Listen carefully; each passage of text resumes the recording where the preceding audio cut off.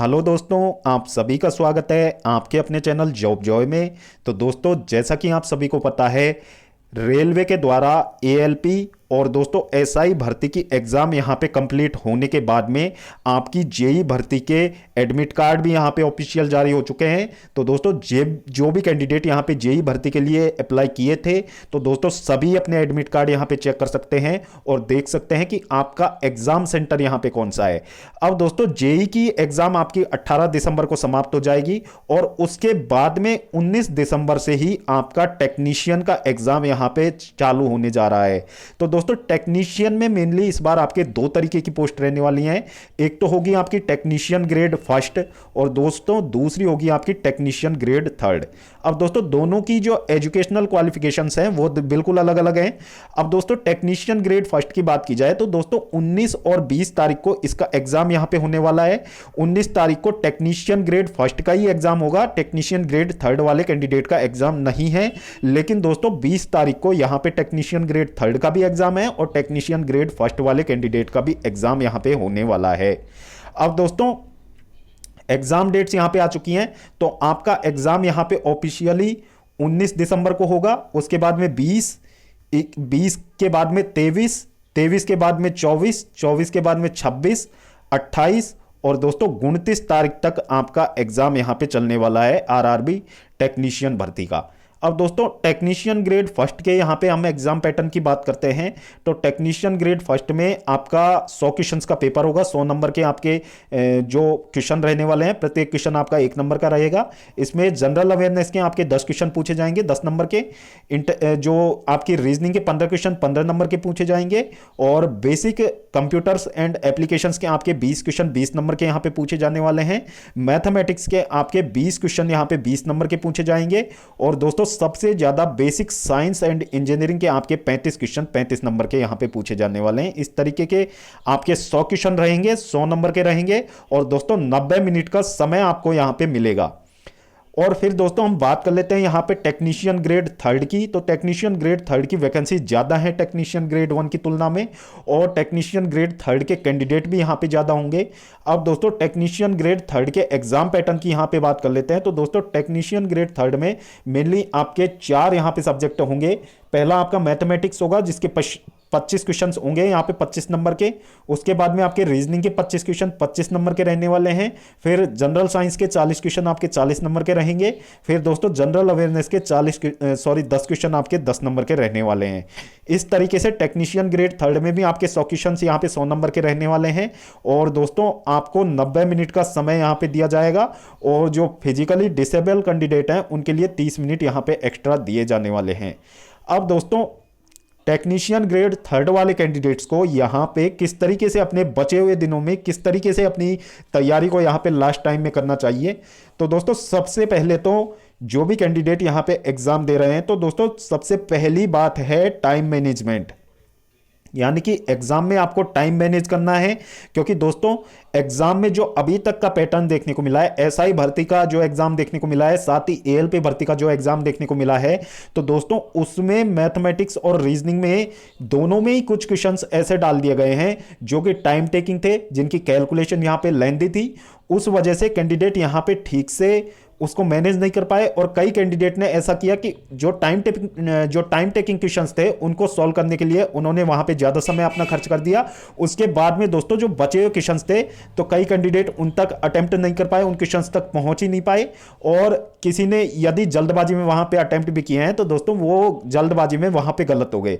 तो इस तरीके की गलती आपको बिल्कुल भी नहीं दोहरानी है। जितने भी आपके यहां पे टाइम टेकिंग क्वेश्चंस हैं, यदि आपको लग रहा है या क्वेश्चन आपसे फर्स्ट अटेम्प्ट में नहीं बन रहा है तो इसको स्किप करके आपको आगे निकल जाना है। यानी कि एक क्वेश्चन पे आपको ज्यादा समय बर्बाद नहीं करना है। फिर दोस्तों जब आप उसको मार्क फॉर रिव्यू करके आगे निकल जाओगे, उसके बाद में दोस्तों सभी पोर्शंस को एक बार आप सॉल्व करके उसके बाद में जैसे ही आप रीअटेम्प्ट करोगे, तो दोस्तों रीअटेम्प्ट में काफी ज्यादा संभावना होती है कि जिस क्वेश्चन में आप थोड़ा सा फंसे हो वो क्वेश्चन आपका बन जाता है। इस वजह से आपको स्किपिंग मेथड वहां पे यूज करना है, एक क्वेश्चन में ज्यादा समय आपको खर्च नहीं करना है। अब दोस्तों आगे दूसरी बात तो दूसरी बात यह है कि एग्जाम का जो भी लास्ट समय यहाँ पे चल रहा है, तो इस समय में आपको ज़्यादा से ज़्यादा यहाँ पे प्रैक्टिस करनी चाहिए। यानी कि ऑनलाइन मॉक्स आपको यहाँ पे लगाने चाहिए, आपको कंप्यूटर पे यहाँ पे मॉक्स लगाने की आदत होनी चाहिए। क्योंकि दोस्तों कई कैंडिडेट ऐसे होते हैं जो यहाँ पे मोबाइल पे मॉक लगा के जाते हैं या फिर ऑफलाइन प्रैक्टिस करते हैं। तो दोस्तों ऐसे कैंडिडेट के लिए वहाँ पे दिक्कत हो जाती है, क्योंकि जो आप मोबाइल पे यहाँ पे मूक लगाते हो उनमें आप डायरेक्ट स्क्रीन को टच करते हो, लेकिन दोस्तों जब आप ऑनलाइन एग्जाम वहाँ पे सीबीटी बेस्ड एग्जाम दोगे तो वहाँ पे आपको कर्सर से वहाँ पे ऑप्शन सिलेक्ट करने पड़ेंगे, उसको स्क्रॉल डाउन करने में भी आपको कर्सर की वहाँ पे हेल्प लेनी पड़ेगी। तो उस वजह से आपको, जैसे मोबाइल में तो ऐसा होता है कि आपकी नज़रें बिल्कुल स्क्रीन पे होती हैं, साथ में ही आपका कॉपी पेन होता है, लेकिन दोस्तों वहाँ पे जो आपके सिस्टम की स्क्रीन बिल्कुल सामने होगी और रफ शीट आपके सामने रखी होगी। तो दोस्तों उसको बार बार देखने में और उस तरीके से यहां पे कोऑर्डिनेशन बनाने में भी काफी ज्यादा समय, यदि आप अभी से उसकी प्रैक्टिस नहीं करोगे तो वो समय आपका काफी ज्यादा बर्बाद होने वाला है।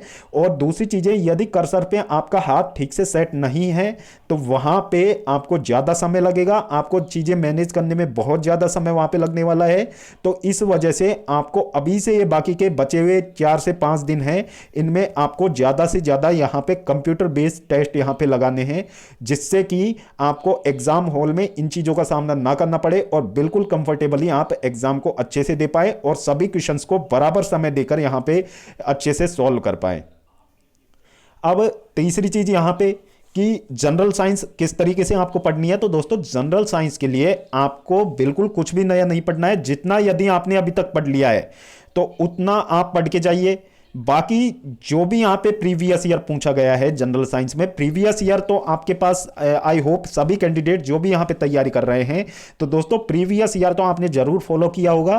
तो दोस्तों प्रीवियस ईयर आपको जरूर वहां देख के जाना है। यदि अभी तक भी आपने प्रीवियस ईयर नहीं देखा है तो जितना आप पे यहाँ पे अभी तक आप देख सकते हो, तो प्रीवियस ईयर टेक्नीशियन के जितने भी पेपर हैं उनके वन लाइनर्स को आप पढ़ के जा सकते हैं, जिससे कि आप कम से कम 40 में से हाफ स्कोर वहां पे कर पाए, यानी कि 20 तो स्कोर आपको करना वहां पे जरूरी है।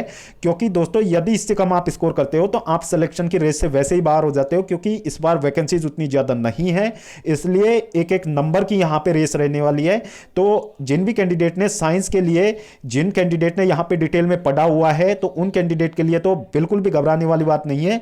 लेकिन जिन भी कैंडिडेट ने अभी तक साइंस को ठीक से नहीं पढ़ा है तो दोस्तों लास्ट टाइम में डिटेल में पढ़ने का कोई फायदा नहीं है, इसलिए आपको प्रीवियस ईयर वन लाइनर यहां पे पढ़ के जाने हैं। बाकी जो आप ऑनलाइन टेस्ट लगा रहे हो उनकी जो जनरल साइंस है उसको आपको यहां पे पढ़ के जरूर जाना चाहिए। फिर दोस्तों बात कर लेते हैं जनरल अवेयरनेस की। तो दोस्तों जनरल अवेयरनेस के जो क्वेश्चंस अभी तक देखने को मिले हैं, एएलपी भर्ती में भी देखने को मिले थे, साथ ही एसआई भर्ती की हम बात कर लेते हैं। तो दोनों ही एग्जाम्स में जो जनरल अवेयरनेस था उसमें स्टैटिक बहुत ही कम यहां पे पूछा गया था, बाकी बहुत ही डीप यहां पे करंट अफेयर्स पूछा गया था, और करंट अफेयर्स आपका 2022 तक का भी यहां पे पूछ लिया गया था। तो दोस्तों जिन भी कैंडिडेट ने 24 का करंट अफेयर्स यहां पे अच्छे से पढ़ रखा है तो उनको यहां पे 23 तक का करंट अफेयर्स पढ़ने की बहुत ज्यादा आवश्यकता है, क्योंकि 10 क्वेश्चंस में से आप ये मान के चलिए 5 क्वेश्चन आपको करंट अफेयर्स के वहां पे देखने को मिलेंगे। और यदि आप जो एएलपी भर्ती 2024 का सीबीटी 1 का जो एग्जाम हुआ है उसकी यदि पीडीएफ कंपाइलेशन को एक बार आप डाउनलोड करके एक बार पढ़ना चाहें तो एक बार जरूर पढ़ सकते हैं, उससे आपको काफी ज्यादा हेल्प मिलेगी। हो सकता है क्वेश्चंस भी आपको रिपीट होते हुए वहां पे देखने को मिल जाएं। और बाकी जो मैथ और रीजनिंग है दोनों की प्रैक्टिस आपको एक बार जरूर आप वहां की जो एएलपी भर्ती सीबीटी 1 एग्जाम हुआ था उसकी जो कंपाइलेशन फाइल्स हैं वो आपको मिल जाएंगी, बहुत सारे टेलीग्राम चैनल्स पे डली हुई हैं, तो उनको डाउनलोड करके एक बार आप उनकी प्रैक्टिस जरूर करके जाएं, जिससे कि जो करंट में रेलवे अपना पैटर्न यहां पे बनाए हुए है उसकी जानकारी आपको मिल पाएगी और एग्जाम में आपको बहुत ज्यादा हेल्प मिलने वाली है उन चीजों से। क्योंकि दोस्तों जो प्रीवियस ईयर का जो मैथ और रीजनिंग का पैटर्न था वो इस बार की तुलना में बहुत ही लो था और उस तरीके का पैटर्न बिल्कुल भी नहीं रहा है। तो इसलिए आपको यहां पे जो एएलपी भर्ती के जो सीबीटी 1 एग्जाम के जो पीडीएफ है उनको एक बार उनकी प्रैक्टिस करके जरूर जाना चाहिए और आपको कम से कम एक मॉक दिन का आपको कंप्यूटर पे यहां पे लगाना चाहिए, जिससे कि एग्जाम में आपको काफी ज्यादा यहां पे हेल्प मिलेगी। अब दोस्तों एक जो एक्सपेक्टेड सेफ स्कोर की यदि हम बात करें टेक्नीशियन ग्रेड थर्ड में, तो दोस्तों टेक्नीशियन ग्रेड थर्ड की यदि हम बात करते हैं, एक एक्सपेक्टेड सेफ स्कोर एक कैंडिडेट के माइंड में क्या होना चाहिए, जिसको रख के कैंडिडेट ने अभी तक तैयारी भी की होगी और आगे के समय में आपको जो पेपर में अटेम्प्ट करना है उसी तरीके से अटेम्प्ट करना है। क्योंकि दोस्तों वैकेंसीज बहुत ज़्यादा कम है, कंपटीशन बहुत ज़्यादा हाई है, तो उस हिसाब से ही आपको यहाँ पे अपना जो एक्सपेक्टेड एक स्कोर रखना चाहिए माइंड में। तो दोस्तों इस बार जो यूआर के लिए एक्सपेक्टेड टारगेट स्कोर की बात करें तो दोस्तों यहाँ पे 70 से 75 तक आपके माइंड में एक्सपेक्टेड टारगेट स्कोर यहां पे होना चाहिए। यानी कि इतना रॉ स्कोर यदि आपका बन जाता है तो आप अपने आप को सेफ मान सकते हैं यहां पे, क्योंकि दोस्तों एक ही एग्जाम होना है, इसके बाद में ना तो इसमें कोई स्किल टेस्ट है ना ही सीबीटी 2 है, सी ओनली एक एग्जाम के थ्रू आपका यहां पे सिलेक्शन होने वाला है।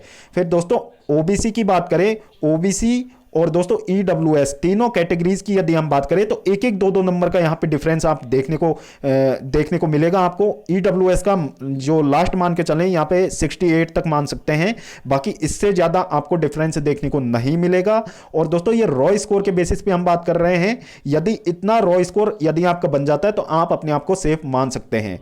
फिर दोस्तों यहां पे बात करें हम जो एससी और एसटी कैटेगरी के कैंडिडेट की, तो दोस्तों उनके लिए जो एक्सपेक्टेड सेफ स्कोर इस बार का जो टेक्नीशियन ग्रेड थर्ड की हम बात कर रहे हैं, यदि आप यहां पे 60 प्लस स्कोर बनाते हो तो दोस्तों वर्तमान में यदि जिस तरीके का पैटर्न अभी तक की दोनों एग्जाम्स में रहा है, इसी तरीके का पैटर्न यदि आगे भी रहता है तो दोस्तों आप यदि इतना स्कोर बना जाते हो तो दोस्तों आपके सिलेक्शन के चांसेस बहुत अच्छे खासे रहेंगे, बहुत अच्छे सेफ साइड पे आप यहां पे चले जाओगे। तो दोस्तों इस जो टारगेट स्कोर को इससे ज्यादा स्कोर आप गेन करने की वहां पे कोशिश करें और इसके हिसाब से ही आपको वहां पे अपने अटेम्प्ट करने हैं, ज्यादा नेगेटिव नहीं करने हैं। और दोस्तों इसी हिसाब से आपको बचे हुए दिनों में आपकी तैयारी यहां पे करनी चाहिए।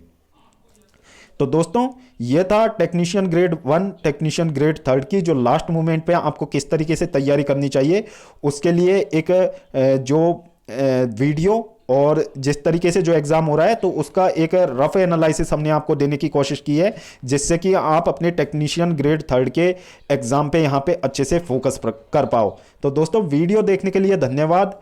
वीडियो पसंद आई हो तो वीडियो को लाइक करें और अपने दोस्तों के साथ जरूर शेयर करें। और अगर इससे पहले आप हमारे चैनल पर पहली बार विजिट कर रहे हो तो सभी सरकारी भर्तियों की लेटेस्ट और ऑथेंटिक अपडेट्स पाने के लिए हमारे चैनल को जरूर सब्सक्राइब करें, साथ ही बेल आइकन को भी प्रेस करें जिससे आने वाली वीडियोस की नोटिफिकेशन आपको समय पर मिलती रहे।